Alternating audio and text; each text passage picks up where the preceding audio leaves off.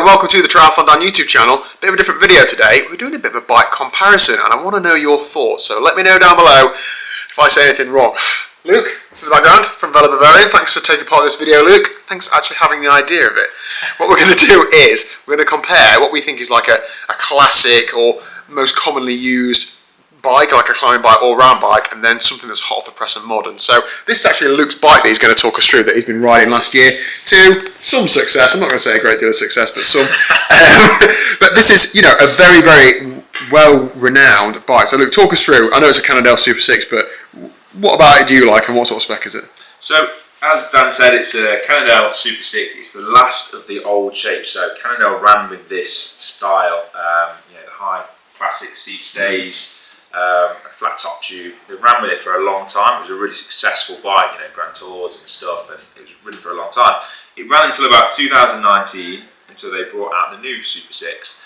I always wanted one of these, you know, growing up, looking at them and thinking, yeah, that's just a cool, you know, everyone's got their dream bike. So got the chance to build one. So me and Paul decided that we'll do a really lightweight build. So it comes in at just under 7 kilos, which for a 58 with deep section wheels is pretty light, it's pretty good. We get loads of comments on it because it's that last of the classic looking. It's sort of almost the bridge between real old school and sort of new school. So it gets loads of comments, and it's just a nice bike to ride. Good. So you say just under 7 kilos, mechanical group set? Yeah, mechanical, Ultegra. So this sort of bike, I mean, the build will cost anywhere between nowadays sort of 3 to 4 grand with everything that's on it, which is pretty standard for road bikes of Ultegra and up, with a carbon, you know, carbon frame. It's got carbon saddle, seat post, bars. Obviously the wheels. Yeah. It's got the lightweight hologram spider ring and the SISL2 cranks. So it's just a generally lightweight build. Yeah, it's not like a top tier build. It's like you've got Parkour's wheels, like you say, you know, Shimano Ultegra group set. It's not like it's absolutely top shelf, so it makes it very commonly used, doesn't it? It's not cheap, but yeah, you see a lot of these on club rides. A lot of them come in. It's a really popular bike. As I say, it's been around for a long time. The wheels, yeah, like you mentioned, Parkour's, it's a UK brand. It's someone we started working with recently. Really, really good to work with. Really good wheels, really reasonable, and they do a lot of wind tunnel testing. Yeah. So that's like the modern feature on this bike, really. So it is a bit of a bridge between sort of old school and new school. Wicked.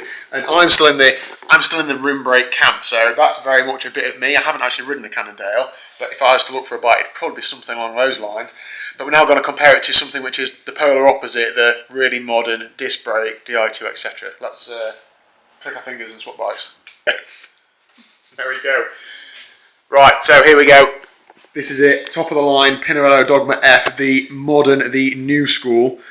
Go on, Luke, you know more about this bike than I do. What is it?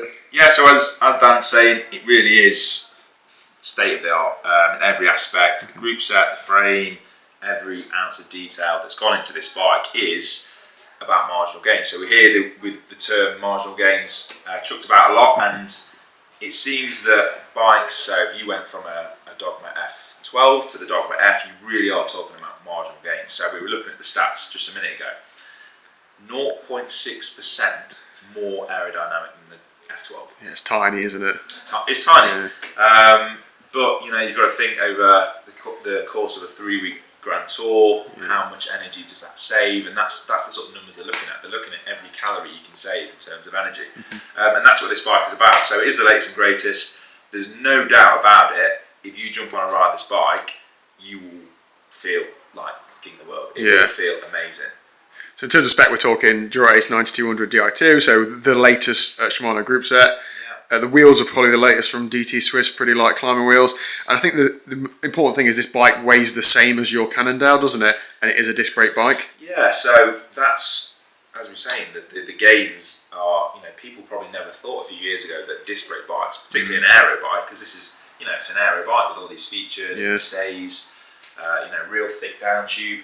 This, as an aero bike that's got discs, is like as light as you know, the ultimate climbing bike from a few years ago, which was rim brake. So, I mean, how does it compare in terms of cost, though? So, yeah, well, good question. Cost-wise, you're looking at, for a bike like this, over £12,000, which... Yeah, so it's a lot of money, isn't it, for a bike? It's a lot of money, yeah. It's a lot of money, and not everybody's buying that. And a lot of people wouldn't notice the difference between riding this and the bike we just spoke about, the SuperSix. They generally wouldn't notice much of the difference. But if you're doing 5, 10, 15 hours a week of training, then you do notice little things. You do notice having a lighter set of wheels. You do notice having better bearings on a bike. And when you add them all together, you do get a difference, a significant difference. And when you want the latest technology, it's going to become a premium, isn't it? So that is a good example of it. Like in a year or two, that might be a little bit cheaper, but that'll be in a year or two. Yeah, it's like any sport.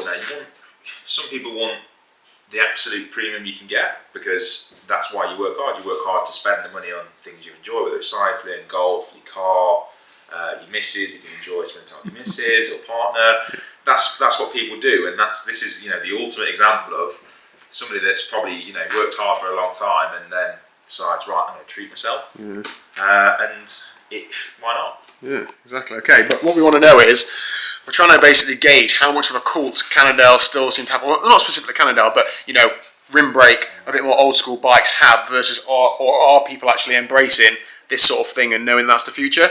Let us know down below, because Luke needs to know what bikes to buy in this year. So yeah, it's really interesting. We said before, a lot of people come in and say, they go straight over to the old school bike, particularly people that have been riding for a long time, because that's what they've seen for years and years. And then somebody like relatively new to cycling, or perhaps not into cycling at all, will immediately go straight to this and go, wow, that's amazing. So it is really interesting to get feedback and see, and it helps us, what do we get for stock? Do we build more rim brake bikes for people, and will they make a comeback? Yeah, I know Luke has gone across the disc. I'm still pointing it off for as long as possible, but I accept it's going to happen at some point. Yeah, we find that people come in a lot of time, if they've had a crash or something where they've damaged their rim brake bike and they struggle to get a new one. So they've got group sets, they've got wheels that they can't actually get a frame for. So it is going that way, but doing builds and doing videos like this about rim brake bikes is like, can we keep it going, and is there still a market for them? Yeah, good. Right, well, thanks so much, Luke. Cool. See you later.